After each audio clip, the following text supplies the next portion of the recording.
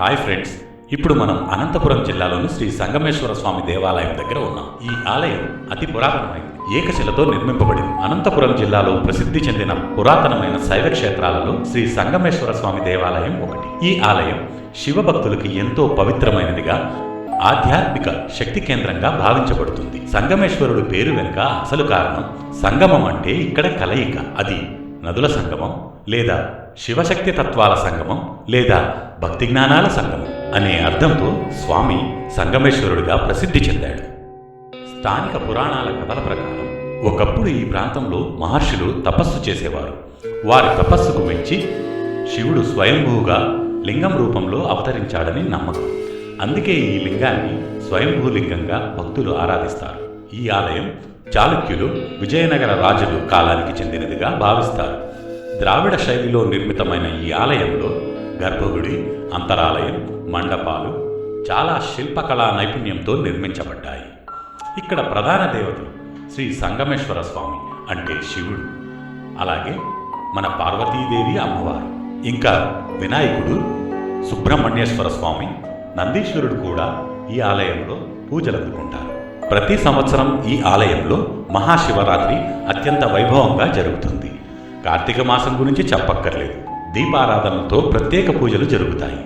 సోమవారం ఇక్కడ అభిషేకాలకి ఎంతో ప్రసిద్ధి.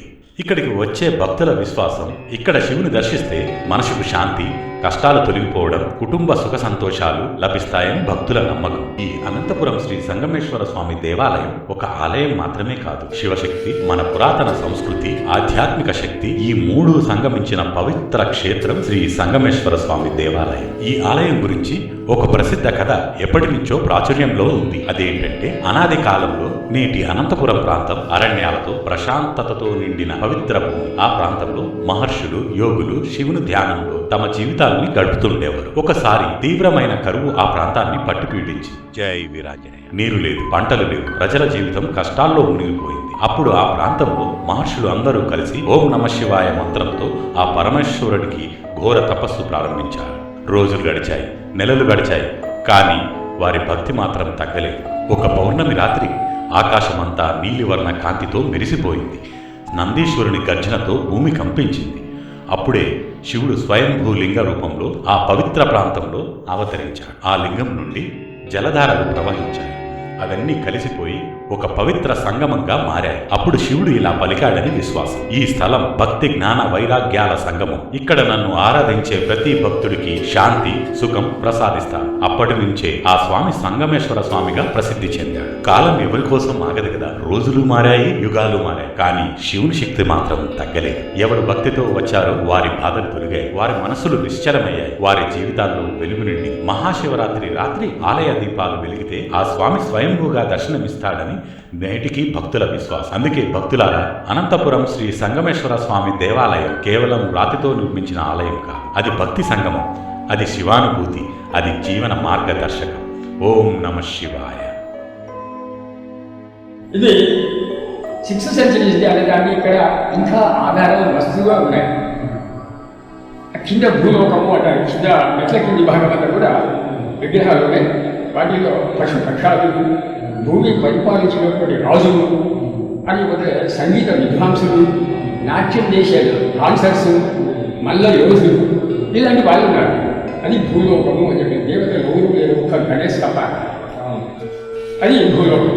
పైకి ఎక్కువ వచ్చిన తర్వాత సగం తిరిగాను మీరు తిరిగినప్పుడు ఆ విగ్రహాలు ఉన్నాయి కదా, ఆ విగ్రహాలలో కూడా ఎవరు ఉన్నారంటే స్వామి యొక్క అంశం నుంచి పుట్టినటువంటి వాళ్ళు ఉన్నారు. అగ్ని అనేవాడు కూడా శివుడే. అష్ట దీపాలలో అందరూ శివుడే, శివమయమే, శివుడి అంశమే వాళ్ళంతా కూడా. కాల భైరవుడు ఉన్నాడు, నసాల స్వామి ఉన్నాడు. ఇప్పుడే అనుకున్నాం కుబేరుడు బౌద్ధ మతంలో ఉండేటప్పుడు శివుడే కుబేరుడు అని చెప్పి అనుకున్నాం. ఆ కుబేరుడు విగ్రహం ఉంది అక్కడ. జైన మతస్థులు దిగంబరుడిగా ఆరాధించే వాళ్ళు ఉన్నారు, దిగంబరుడు విగ్రహం ఉంది. ఇలాగా అది భువనలోకము అంటారు. ఆ సరౌండర్లో తిరిగి భువనలోకం. ఇది శివలోకం. ఈ శివలోకంలో స్వామి యొక్క కుటుంబీకుడు ఉంటాడు. ఈ స్వామి గణేష్ కుమారుడే కదా, అక్కడ అమ్మవారు, అక్కడ వీరభద్ర స్వామి ఉంటాడు. కుటుంబీకుడు 10 బాలలతో ఉంటాడు. శివుడు ఉంటాడు, ఇటువైపు విష్ణువు ఉన్నారు. హరిహరమూర్తి అంటారు. ఇక్కడ బౌద్ధ మత గ్రంథము అనేది కూడా ఒకటి ఉండేది. ఆ బౌద్ధ మత గ్రంథానికి సంబంధించిన లోగో అది. ఈయన రాహు, యక్షులు అంటాడు. యక్షులు అంటారు. అక్కడ మోడల్ డిజైనే కాకుండా ఆర్ట్ కూడా ఇంక్లూడ్ చేశారు. కాలభైరవుడు, ఇలాంటి సిమ్టమ్స్ ఉంటాయి. కాలభైరవుడు అంటే కుక్క అంటారు చాలా మంది. కుక్క కాదు, కుక్క వాహనం. అది గ్రీక్ శిల్పం. ఈయన మన్మథుడు. ఇంకా పుష్ప బాణం చేత పట్టుకొని ఉన్నాడు. ఈయన పెద్దధరుడు, బాదామి చాళుక్యుల్లో మూల పురుషుడు.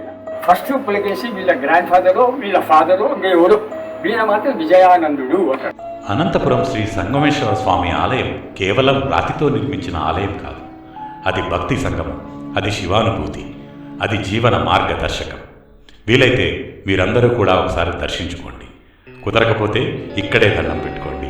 ఆ స్వామి ఆశీస్సులు మీకు ఎప్పుడూ ఉంటాయి.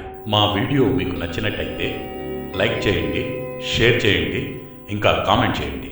మిమ్మల్ని భక్తి మార్గంలో నడిపించి ఆ భగవంతునికి దగ్గర చేసే ఇలాంటి వీడియోస్ కోసం తప్పకుండా మా దివ్యపదం ఛానల్ని సబ్స్క్రైబ్ చేసుకోండి.